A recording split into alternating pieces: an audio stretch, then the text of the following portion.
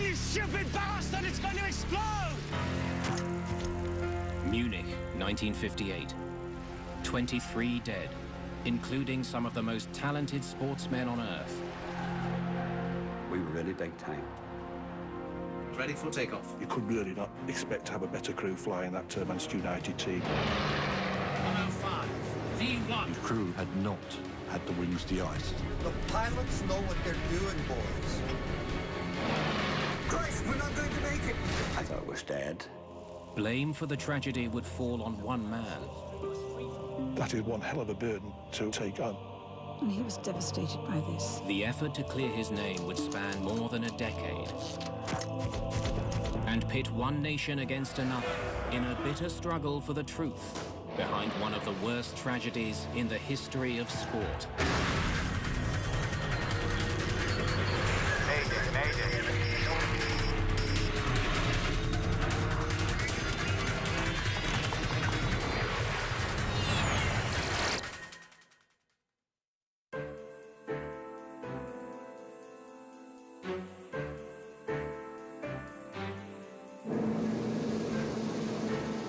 February the 6th, 1958. Munich Airport, West Germany.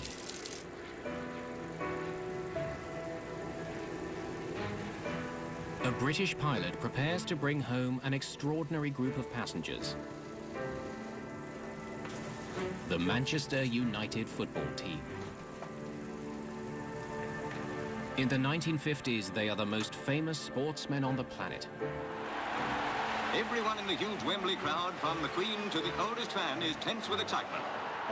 Manchester United is probably the most premier team, most famous team this country had ever seen before. I joined the club in December '57. Harry Gregg is the team's star goalkeeper. We boarded the aircraft, which was a charter flight. We were really big time.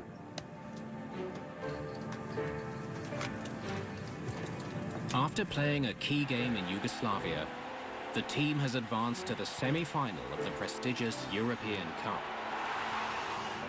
The aircraft had to stop in Munich because it didn't have sufficient range to get back to Manchester from Belgrade without stopping to refuel.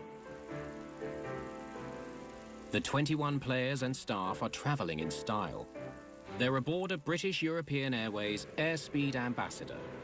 It's a luxurious twin-engine aircraft, also known as the Elizabethan. The captain is 36-year-old James Thane. He's a former RAF pilot with an impeccable service record. He was quite a remarkable man. He was very upright and honourable, very strong character.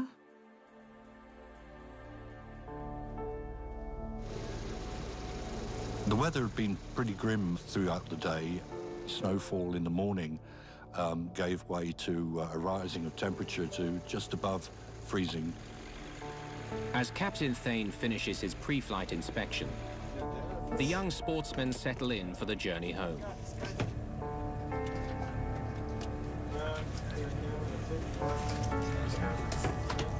They were notable for the fact that their manager, Matt Busby, I'd like the lads to get a good night's sleep.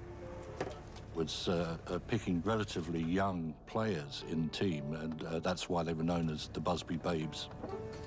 Busby's Babes start the second half in cracking form with that slippery winger, We David. were a young and wonderful team, which I'm very proud to have been part of. I'll give you guys a chance to get your money back once we're in the air, boys, all right? Travelling with the team are 11 of the UK's best-known sports journalists, eager to report on Manchester United's latest success. Also on board are a few Yugoslavians catching a ride to the UK. 38 passengers in all. How's she looking out there? Oh, snow build-up's minimal. No need to sweep. Take us home. Happily. 38-year-old co-pilot Kenneth Raymond is a World War II ace. He is also an Elizabethan captain and is in fact senior to Thane at the airline. They were both highly experienced pilots. You could really not expect to have a better crew flying that Manchester United team. They were great great friends, and of course they were captains together, and they flew together quite often. Raymond and Thane have agreed that on this flight, they will switch seats. Because Captain Raymond was going to be handling the aircraft and he would be used to handling the aircraft from the left-hand seat, that's why he sat in the left-hand seat. Port and starboard fuel cocks on, crossfeed off. It's against company policy, which states the commander should always sit in the left seat. But it's a rule that is frequently broken. 1 inch open. Throttles, port and starboard, levers, 1 inch open. Carb air, port and starboard ram. Carb air, port and starboard ram. Ignition boost switches off. Ignition boost switches off.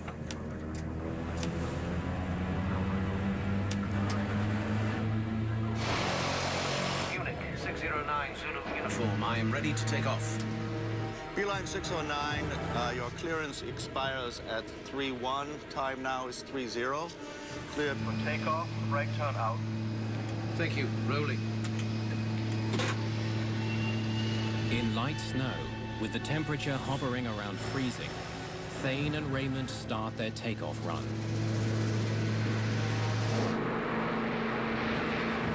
Full power. Full power. I'd been reading a book that one of the lads had passed to me. I was reading that, and we sat off down the runway, and I looked out the window. No big deal at all. Temperatures and pressures okay. 90. 100. Takeoff speed is 119 knots. Abandon takeoff. All of a sudden, I watched the wheels lock and unlock, and the plane started to spin. We stopped slightly side on. Sorry about that. Engine fluctuating. 609, we are abandoning the takeoff. Tower, please say again. We are abandoning the takeoff. May we backtrack? Over. Engine boosting. I would think so, yes.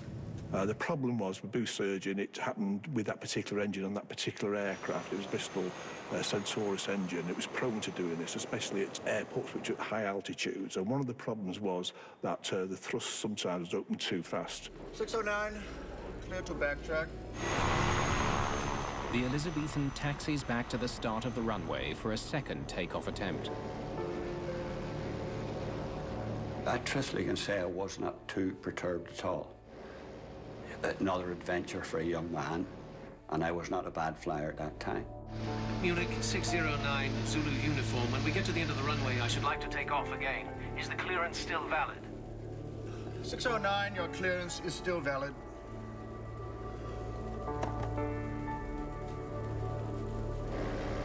Ladies and gentlemen, we apologize, but we are heading back to try again. Back to the beginning, sat, revved up as one would do, revved, and they took the anchors off, and I paid more attention this time.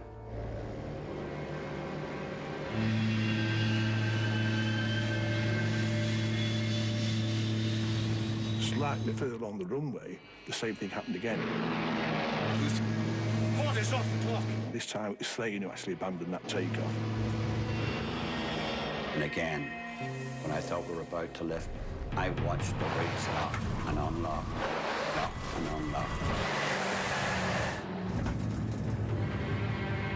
You gotta stop.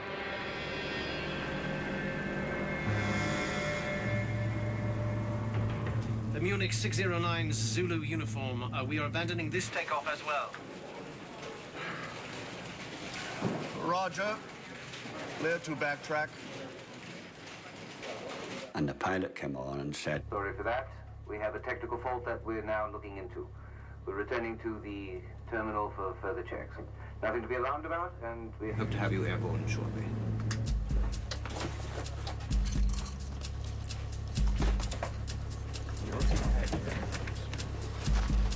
Don't stray too far, boys. we'd return to the terminal and everybody would disembark. Bill Black, the station engineer, had seen these two aborted takeoffs and obviously clattered up the steps, put his head through the cockpit and said, well, what's going on? Why haven't you taken off? We've been getting a boost surge in the port engine. Up past 60 last time. They received an explanation that this was a fairly common phenomenon when operating the Elizabethan from Munich because of the high altitude, that it was nothing to worry about, and they were given advice when advancing the throttles, if they got the surging, was to just retard the surging engine slightly, reduce power, and then take it up again to full power more slowly. Passengers for BEA 609, please proceed to the tarmac.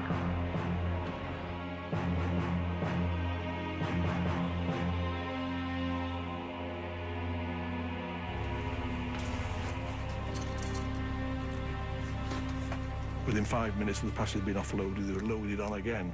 And then it was a surprise to them. They've had 2 aborted takeoffs, and now they has to go back again.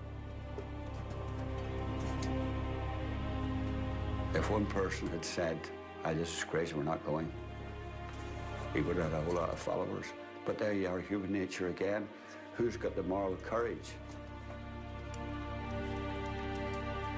But who likes to admit to being a coward?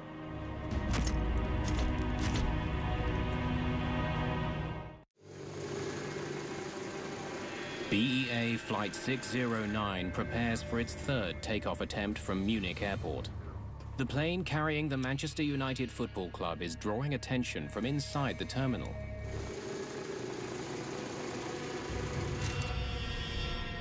You've got to remember, these are the Busby babes. They're laughing and joking all the time, that sort of thing. But now they're quite quiet, and a lot of tension there in the air. Little Johnny Berry, he said, "We're all going to get frickin' killed here." And Liam Whelan said, "Well, if it happens, I'm ready." At that point, I opened my tie.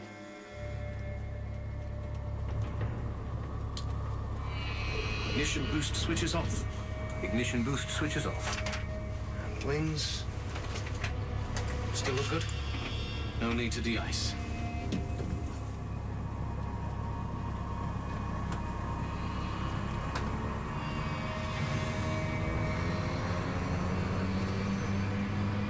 Munich Tower, Beeline 609 Zulu. Uniform, I'm ready to taxi, over. Beeline 609, your clearance void, if not airborne, by 04, time now 02. Roger, understand. Valid till 04. Captain Thane has just 2 minutes before the window for takeoff closes. If this 3rd attempt is not successful, the flight may be cancelled and his famous passengers will be grounded in Munich. Munich 609 Zulu uniform is ready for takeoff. Roger. The runway is more than 1,900 meters long. Even with their plan for a gradual acceleration, the Elizabethan should be able to lift off just past 1,200 meters. So for the 3rd time that day, they actually lined up the aircraft with the centre line, got the permission, clearance to take off, and they're away. Full power. Full power. Temperatures and pressures okay. Port surging slightly. He experienced a bit of this engine surging, which he retarded the throttle slightly and then advanced it again. Full power again. Both engines sound an even note, and we're going down the runway now for a takeoff. Everything seems okay.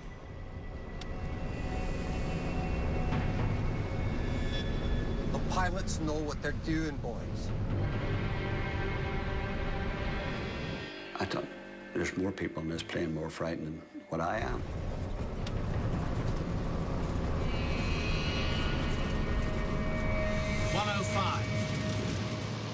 V1.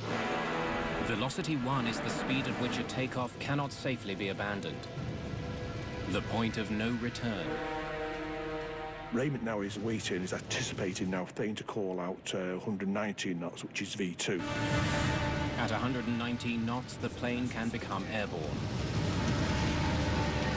But something goes wrong. They suddenly lose speed. Christ, we're not going to make it!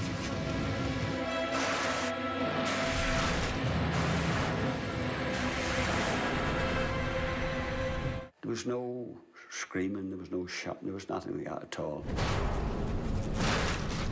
Darkness and daylight and sparks and thumps, smacks. You just can't describe it.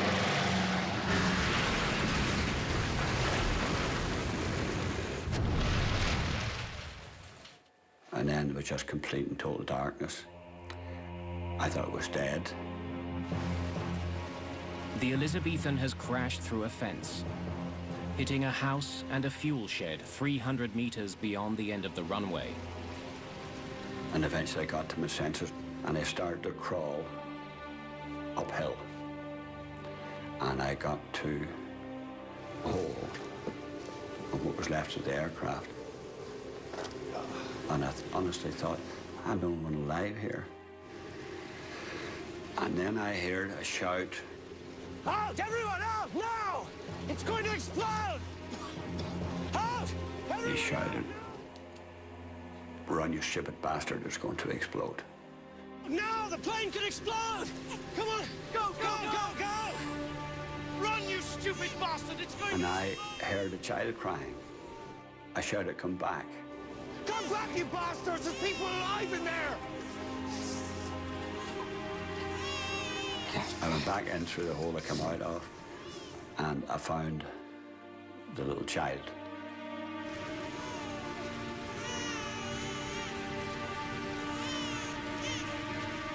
Went round the other side and found Matt Busby, the boss. Busby's alive, but in shock. He had a small cut behind his right ear, I remembered, but when I looked down, his foot was completely reversed round the other way. Oh, my leg. I jammed some rubbish up behind him because he didn't look too bad and left him propped up. Harry Gregg pulls out one passenger after another, both living and dead. A man must do what a man must do. Within minutes of the crash, help begins to arrive from the airport and nearby farms. The co-pilot is trapped up there. Can you help him? Yes. Two German rescuers climb up on the wing and free Kenneth Raymond from the wreckage. He is badly injured. 21 people are dead. 7 are Manchester United players. The head coach, secretary, and trainer are also dead. 7 more team members are seriously injured. Manager Matt Busby is in critical condition. Manchester United, one of the world's greatest football teams, is effectively wiped out. What started out as a wonderful thing sadly went wrong.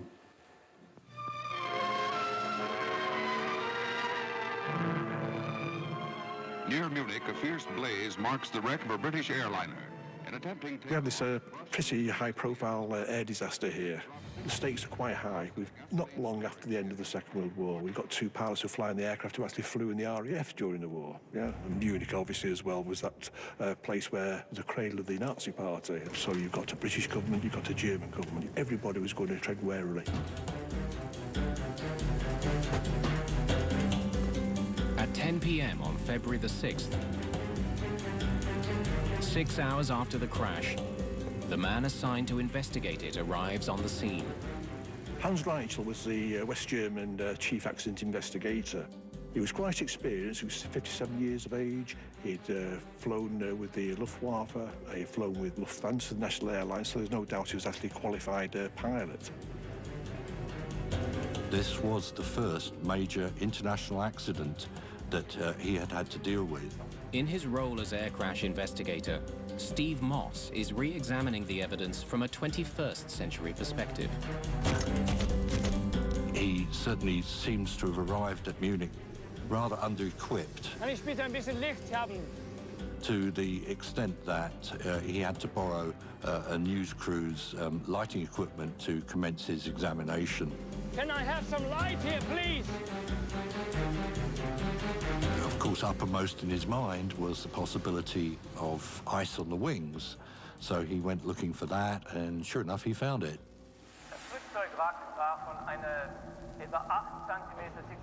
The wrecked aircraft was covered by a layer of snow about 8 centimeters thick.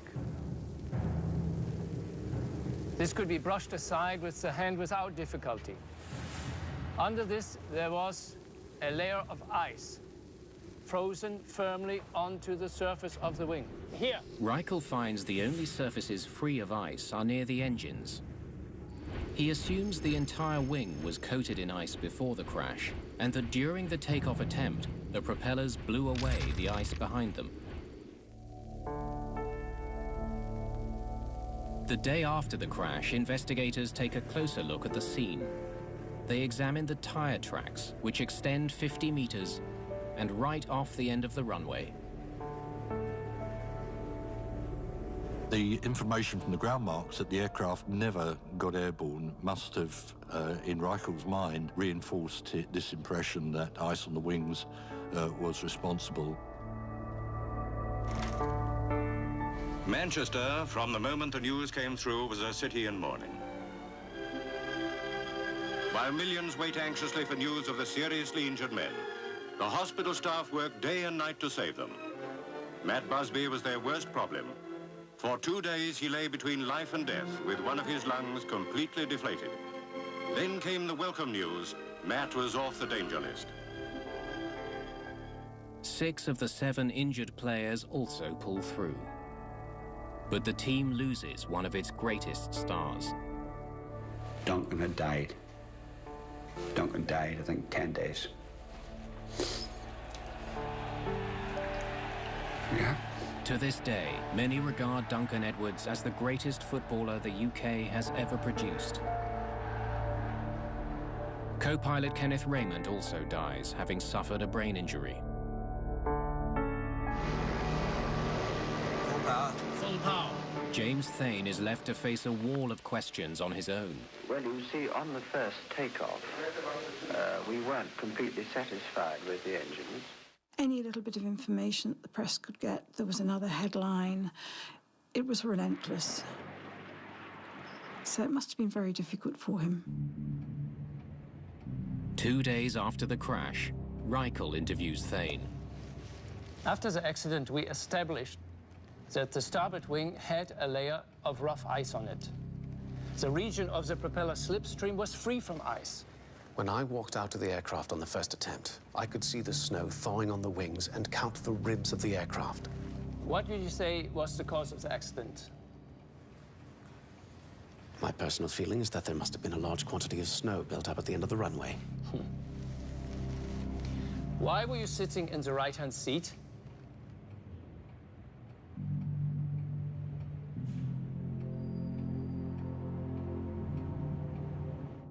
People began to speculate, even before the inquiry, about the cause of the accident. 2 months after the crash, in April 1958, a German inquiry formally gets underway. Shall I begin? The German investigation, straight away, it seemed to be into this adversarial role of somebody being on trial and having to prove his innocence. They knew straight away that there's something going on here. He's on the rope straight away, right? Hans Reichel draws on witness testimony of snow on the wings and Thane's own account that he did not de-ice. And this is something that would not go away with Reichel. It's ice, ice, ice all the way. The temperature the afternoon of the crash hovered around 0 degrees Celsius. It wasn't cold enough for the snow to create ice. Thane saw the water actually dripping off the leading edge. So he knew the snow was actually melting, so obviously that convinced him again that it just didn't require de-icing. But German experts note that the Elizabethan had just descended from 25,000 feet, where the air temperature was minus 25 degrees Celsius. They conclude that snow falling on the frozen wings would have turned instantly to ice. Thane counters with the testimony De-icing on. that he turned on the wing de-icing heaters on descent to Munich. That would have made the wings warmer, not colder than the air. Thane seems to have all the answers. But what he doesn't know is that Hans Reichel is about to present a controversial piece of evidence that will change everything. Government inquiry of the Munich disaster takes a decisive turn with the introduction of a casual snapshot. This was potentially a smoking gun because at first glance, looking at the photograph, it appeared to show a white area on the top of the wings, which certainly was interpreted as being a layer of snow or ice. Every other aircraft that left Munich that day was de-iced, but not the Elizabethan.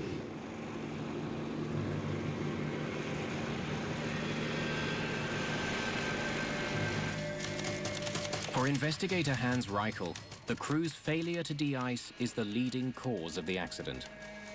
Apart from this icing, I could find nothing which might have been a cause for the accident or to have contributed to it. As for the house at the end of the runway, clearly it was an issue because the aircraft struck it. The impact and explosion did make the accident more deadly.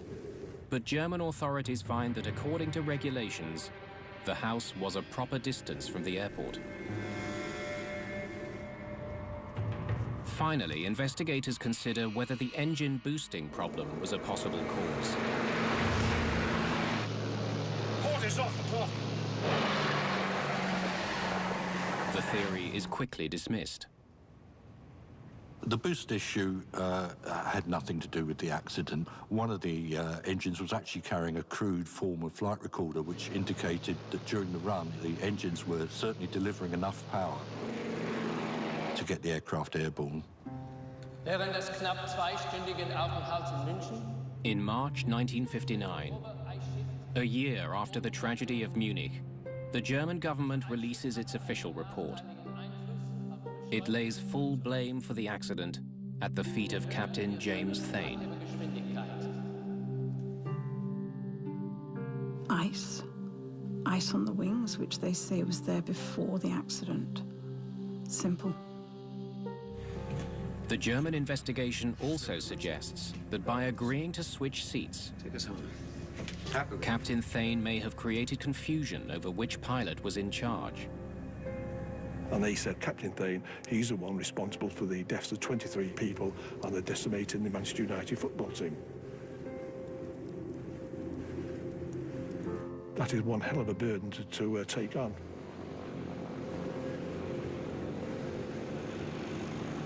I think in terms of the press, obviously they like to have somebody that they can pin something on, and to that extent they saw him as a little bit of a villain. He was definitely badly treated. He was made the scapegoat. A year after the crash, James Thane's reputation is in tatters. The former RAF officer and accomplished commercial pilot is now a full-time farmer. The disaster at Munich haunts him constantly. I can remember Mum and Dad sitting up for all hours of the night talking about this, because Dad was convinced that there had been some external force that had affected the takeoff run. Thane is certain that ice on the wings did not cause the crash. He decides to launch his own investigation. Dad was a man of great integrity and fortitude, and he was determined that he would make sure that he found the cause of the accident. But in 1959, there are almost no forensic tools at his disposal. For a start, of course, an aircraft of that size would have the benefit of a flight data recorder, a black box flight recorder, and a cockpit voice recorder. And if we could have that information from the 1958 Munich accident, there would be absolutely no doubt about the cause. V1. The plane reached 117 knots, but then slowed dramatically. Ice on the wings can't explain that sudden loss of speed. But something else can. Something Thane sees as the real cause of the crash. Slush on the runway. So imagine you're driving on a dry road during the winter and you suddenly enter an area of slush. Canadian aviation expert Terry Townsend specializes in the study of runway contamination. Immediately you're going to notice resistance on the vehicle from the slush, and same thing happens on the aircraft. Thane believes other planes didn't have slush problems that day because they took off on the first two-thirds of the runway. Since the Elizabethan accelerated more slowly to compensate for the boost pressure problem, it rolled further into the unused part of the runway with deep slush. It takes more power to overcome that slush. Thane learns that 9 years earlier, a Trans-Canada Airlines plane failed to take off on a slushy Vancouver runway. They did some research and found that as little as 5 centimetres of slush could really adversely affect the aircraft's ability to reach takeoff speed. The Canadian government issued a letter of warning to all airlines. Do not attempt takeoff in more than 5 centimetres of slush. It was sent to BEA, but for some reason best known to themselves, they did not take any action on it and filed it away for future reference. The German investigators have dismissed slush as a possible cause, insisting it was ice on the wings. But through his research, Captain Thane uncovers a shocking omission. We quite fortuitously came across a witness who had made an inspection of the wreckage immediately after the accident. Karl-Heinz Seffer was among the first at the scene, climbing up on the wing to help pull co-pilot Kenneth Raymond from the wreckage. He was later interviewed by investigators. Ich kletterte über den rechten Flügel hinunter. Mir fiel kein Eis am Rumpf oder am Flügel auf. Ich trug Gummistiefel. Da war kein Eis, sonst wäre ich ausgerutscht. But when this report was read out to the first German commission, only part of it was read out. That part which included the evidence that he couldn't find any ice was left out. All this was set up, it was all stage managed, you know, if Thane was going to be made a scapegoat, it was going to be ice on the wing, it wasn't going to be runway contamination. That's in spite of eyewitness accounts from the air traffic controllers, which also supported the slush theory. Beeline 609, your clearance expires at 3:1. Time now is 3:0. The most crucial eyewitnesses saw the aircraft start the takeoff run as normal. About halfway down the runway, they saw the nose lift, which would be standard procedure. But then, unusually, they saw it go back down onto the runway, which of course should not happen. This crucial eyewitness evidence was also omitted at the inquiry. It's quite notable that the air traffic controllers that were called as witnesses were the trainee ones, and that the qualified ones weren't called. The only person to testify about slush on the runway was the Munich airport manager. He said he inspected the runway and found the slush was less than a centimetre deep. Slush can be difficult to measure because it can vary significantly in height across the runway. The slush can be 1 centimetre high in one place and it can be 10 centimetres high in another. So a number of samples have to be taken in order to get a reasonable average. Also in question is Reichel's conclusion about ice on the wings. That it must have been there before takeoff, since the only areas without ice were behind the propellers where it blew off. A scientific challenge to this view comes from a most unlikely source. Captain Thane's wife, Ruby. She was a remarkable lady, being one of the first women to get a first-class honours degree from Bristol in chemistry, physics and maths. A trained chemist, Ruby Thane points to the massive amount of fire-extinguishing chemicals sprayed on the burning wreckage. Actually thought about this very carefully, and she obtained a sample of fire extinguisher powder, which turned out to be sodium bicarbonate, which is common baking powder. So she would go out and sprinkle it on the metal car thinking it might simulate an aircraft wing, and found that if that mixed with snow and water, that this solution would freeze at a lower temperature than that was recorded at Munich that night. Firemen trained their hoses mainly on the engines. Ruby's experiment could explain why ice did not accumulate in those areas, but did build up on the rest of the wing in the hours after the crash. With new eyewitness testimony and compelling scientific evidence, another side of the story begins to emerge. If it's ice on the wings, it's the captain's fault. He is to blame. V1. Of course, if it's slush on the runway, then really it's the airport to blame.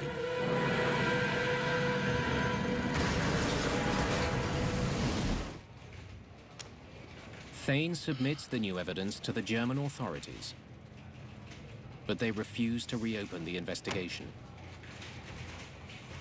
It's nonsense.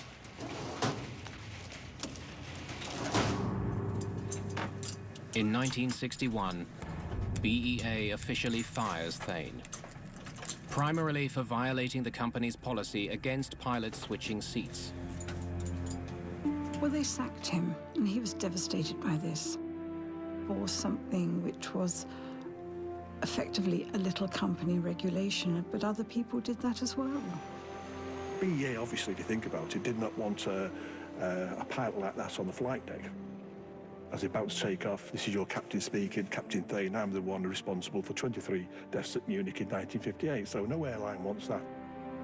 A conviction of convenience, it didn't matter who they hung out to dry, and he was hung out to dry. The loss of his job makes Thane more determined than ever to clear his name. He writes letter after letter to both the British and German governments, urging them to reopen the investigation. In 1965, those efforts pay off. Ja, Schatz, ich bin fertig. German authorities agree to review the investigation of the Munich disaster. Initially, with the second German inquiry, it was felt that, yes, there could be a glimmer of hope. That hope has been stirred by some new research. Tests into slush carried out at Biddle. Britain's Royal Aircraft Establishment has conducted slush tests on the Elizabethan aircraft. Basically, they flooded a runway to varying depths and simulated a takeoff run using an Ambassador aircraft. The results of these tests were quite alarming. In run after run, the plane decelerates from 117 to about 105 knots. The same loss of speed reported by Thane.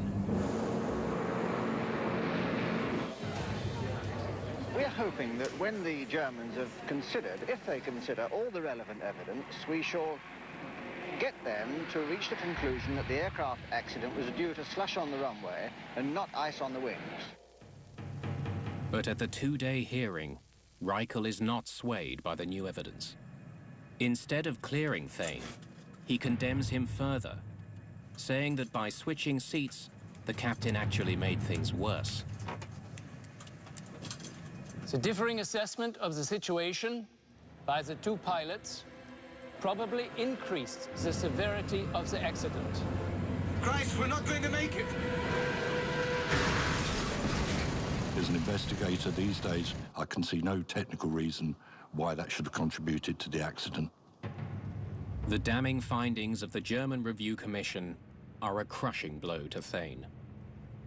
The British government knew, the airline knew, Thane certainly knew he'd been set up, but nothing was done. But in a strange twist, he's about to get one last chance, thanks to Britain's most powerful politician. 100,000 expectant fans packed the stands to see great football. The Busby Babes were raring to go. In 1967, Harold Wilson is Prime Minister of the UK. After attending a Manchester United game, he makes a comment that sets off a media frenzy. He says he believes James Thane was a victim of injustice. became another headline, "The fight goes on." Harold Wilson, he knew enough that Thane was innocent, and he really took it on. It was debated in the House of Commons, and then it went ahead, and this was the most thorough inquiry yet. In 1968, British investigators conduct a study to determine whether slush or wing ice caused the Munich disaster. Their findings immediately call into question the accuracy of the two German reports. Photographic analysis shows that the white on the wings is not snow. It was merely light reflecting off a wet surface. A new picture was taken from the original negative, which showed clearly that the markings on the aircraft, so there couldn't have been ice. As well, 3 separate experts determined that the amount of ice Reichel found on the wings, 5 millimeters, would not have been enough to prevent takeoff. I don't see how a layer of ice, even 5 millimeters thick, could account for a deceleration of the aircraft. Then the British inquiry takes a dramatic turn when a star witness appears, Reinhard Meyer, a pilot who was first on the scene of the crash. Ich ging hin und untersuchte den Flügel des Flugzeugwracks und bemerkte nichts in der Art von Frost oder angefrorenen Ablagerungen, nur schmelzenden Schnee. It turned out when he was called to give evidence, he said, well, I spoke to Reichel personally, face to face, and told him what had happened, that I'd gone to the aircraft, I'd looked for ice immediately after, within minutes of the crash, and I found no ice, just melting snow only. And that was it, so everyone was astonished at this. Reichel has no explanation for the glaring omission. I think he found it very difficult to back down and say, actually, I was wrong. Slush on the runway is going to be the German airport authorities' fault, and they're not going to accept that. In March 1969, good news, 11 years after the crash, finally, the British government formally clears James Thane. Well, of course, my family are very pleased indeed. Well, he knew that obviously this was the right findings, and he was very pleased and happy because in this country he'd been exonerated. But BEA does not give him his job back. Captain Thane never flies again. In Germany, Hans Reichel and the aviation authorities never exonerate him. I think there was a huge amount of stress and strain and tension, and he died a young man. He was 54.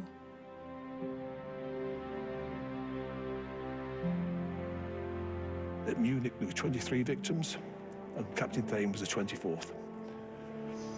Took the ball into 10 years after the accident that killed 8 of its players, Manchester United becomes the first English team to win the European Cup. At last, Matt Busby, the maestro of Manchester United, had groomed a team great enough to beat Europe's best.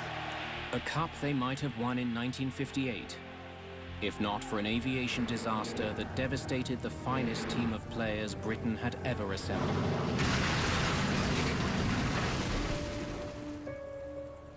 Harry Gregg continued playing for Manchester United until 1967. Now in his 70s, he dwells only on the fond memories. I don't think about the accident. I think about what I was part of. A team of wonderful young, spirited players, great journalists, great staff. Everything was good about it. Captain Thane's legacy is modern aviation's improved understanding of the deadly effects of slush. The problem is tackled now, and I would suggest it was probably a direct result of the Munich accident. Airport authorities approached the problem very, very differently. By what he did, forcing this issue, he's probably saved countless lives and prevented more than one Munich in that particular time. So, in that sense, he's to be admired for what he did in those 11 years. Mum was quoted as saying, "A man with greater integrity I will never know." But he also left an inscription for me in a book, which is the difference between the impossible and the possible is merely a measure of man's determination.